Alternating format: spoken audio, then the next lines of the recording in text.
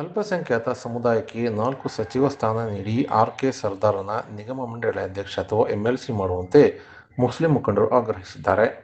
ಚಿತ್ರದುರ್ಗದ ಪ್ರವಾಸಿ ಮಂದಿರದಲ್ಲಿ ಪತ್ರಿಕಾಗೋಷ್ಠಿ ನಡೆಸಿದ ಮುಸ್ಲಿಂ ಮುಖಂಡರು ಮಾತನಾಡಿದ್ದು, ಡಿ.ಕೆ. ಶಿವಕುಮಾರ್ ಅವರು ನೂತನ ಮುಖ್ಯಮಂತ್ರಿಯಾಗಿ ನಾಳೆ ಪದಗ್ರಹಣ ಮಾಡುತ್ತಿದ್ದಾರೆ. ಈ ಸಂದರ್ಭದಲ್ಲಿ ನಮ್ಮ ಸಮುದಾಯವನ್ನು ಕಡೆಗಣನೆ ಮಾಡದೆ ಅಲ್ಪಸಂಖ್ಯಾತ ಸಮುದಾಯದ ಶಾಸಕರಿಗೆ ಸೂಕ್ತ ಸ್ಥಾನಮಾನ ನೀಡಬೇಕು. ತನ್ವೀರ್ ಸೇಠ್, ಯುಟಿ ಖಾದರ್, ರಿಜ್ವಾನ್ ಅರ್ಷದ್ ಹಾಗೂ ರಹೀಂ ಖಾನ್ ಅವರನ್ನು ಸಹ ಈ ಒಂದು 4 ನೂತನ ಸಚಿವ ಸಂಪುಟದಲ್ಲಿ ಸಚಿವ ಸ್ಥಾನ ನೀಡಬೇಕು. ಇದರ ಜೊತೆ ನಮ್ಮದೇ ಜಿಲ್ಲೆಯವರಾದ ದೀನದಲಿತರ ನಾಯಕ, ಅಲ್ಪಸಂಖ್ಯಾತರ ಕಣ್ಮಣಿ ಆರ್.ಕೆ. ಸರ್ದಾರ್ ಅವರಿಗೆ ನಿಗಮ ಮಂಡಳಿ ಅಧ್ಯಕ್ಷ ಸ್ಥಾನವನ್ನು ಸಹ ನೀಡಬೇಕು ಎಂದು ಅತಾವುಲ್ಲಾ ಅವರು ತಿಳಿಸಿದ್ದಾರೆ.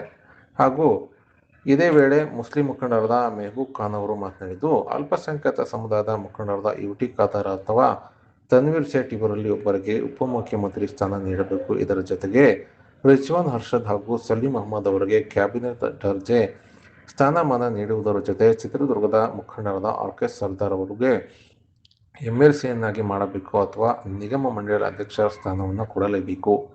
ಆರ್.ಕೆ. ಸರ್ದಾರ್ ಅವರು 2018 ಮತ್ತು 2023ರಲ್ಲಿ ಕಾಂಗ್ರೆಸ್ ಪಕ್ಷದಿಂದ ಟಿಕೆಟ್ ಕೇಳಿದ್ದರು. ಕೊಡದ ಪಕ್ಷದಲ್ಲಿ ಪಕ್ಷಕ್ಕಾಗಿ ದುಡಿದು ನಮ್ಮ ಪಕ್ಷದ ಸದಸ್ಯರು ಶಾಸಕರಾಗಿ ಆಯ್ಕೆಯಾಗಲು ಆರ್.ಕೆ. ಸರ್ದಾರ್ ಕಾರಣರಾಗಿದ್ದಾರೆ.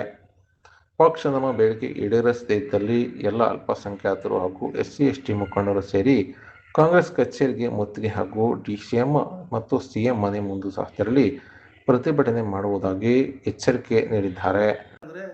ಅದು ಆರ್.ಕೆ. ಸರ್ದಾರಿಗೆ. ಆರ್.ಕೆ. ಸರ್ದಾರ್ ಅವರು ಸುಮಾರು 35-40 ವರ್ಷದಿಂದ ಕಾಂಗ್ರೆಸ್ ಪಕ್ಷಕ್ಕೆ ದುಡ್ಕೊಂಡು ಬಂದಿರೋಂಥವ್ರು. ಅವರಿಗೆ ಒಂದು ಸೂಕ್ತ ಸ್ಥಾನಮಾನ ಕೊಟ್ಟು ನಮ್ಮ ಅಲ್ಪಸಂಖ್ಯಾತರಲ್ಲಿ ನಿಮ್ಮ ಕಡೆಗೆ ಒಂದು ಮನವಿ ಮಾಡ್ತೀವಿ.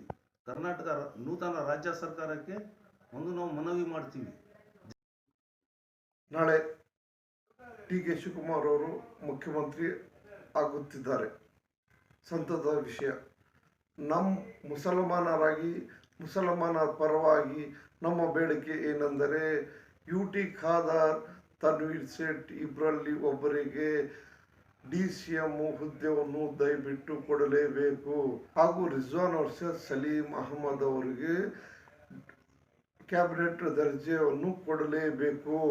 ಅದರ ಜೊತೆ ಪ್ರಮುಖ ನಮ್ಮದು ಚಿತ್ರದುರ್ಗ ಮುಸಲ್ಮಾನ ಪರವಾಗಿ ಎಲ್ಲ ಸಮಾಜದ ಪರವಾಗಿ ಆರ್.ಕೆ. ಸರ್ದಾರ್ ಅವರಿಗೆ ಎಂಎಲ್ಸಿ ಅಥವಾ ನಿಗಮ ಮಂಡಳಿ ಸ್ಥಾನವನ್ನು ಕೊಡಲೇಬೇಕು.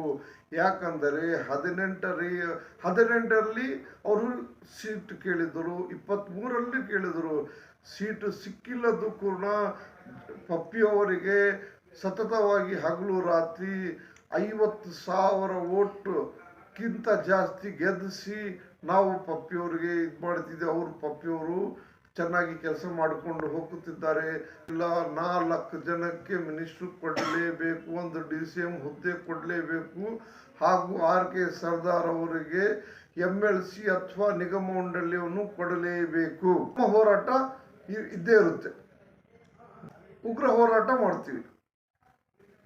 ಬರೀ ಮುಸಲ್ಮಾನರಲ್ಲ, ಎಸ್ಸಿ-ಎಸ್ಟಿ OBC ಎಲ್ಲರೂ ಸರ್ದಾರ್ ಅವರ ಪರವಾಗಿ ನಿಂತು ಅಲ್ಲಿ ಹೋಗಿ ಕಾಂಗ್ರೆಸ್ ಆಫೀಸ್ ಮುತ್ತಿಗೆಯನ್ನು ಹಾಕುತ್ತೀವಿ.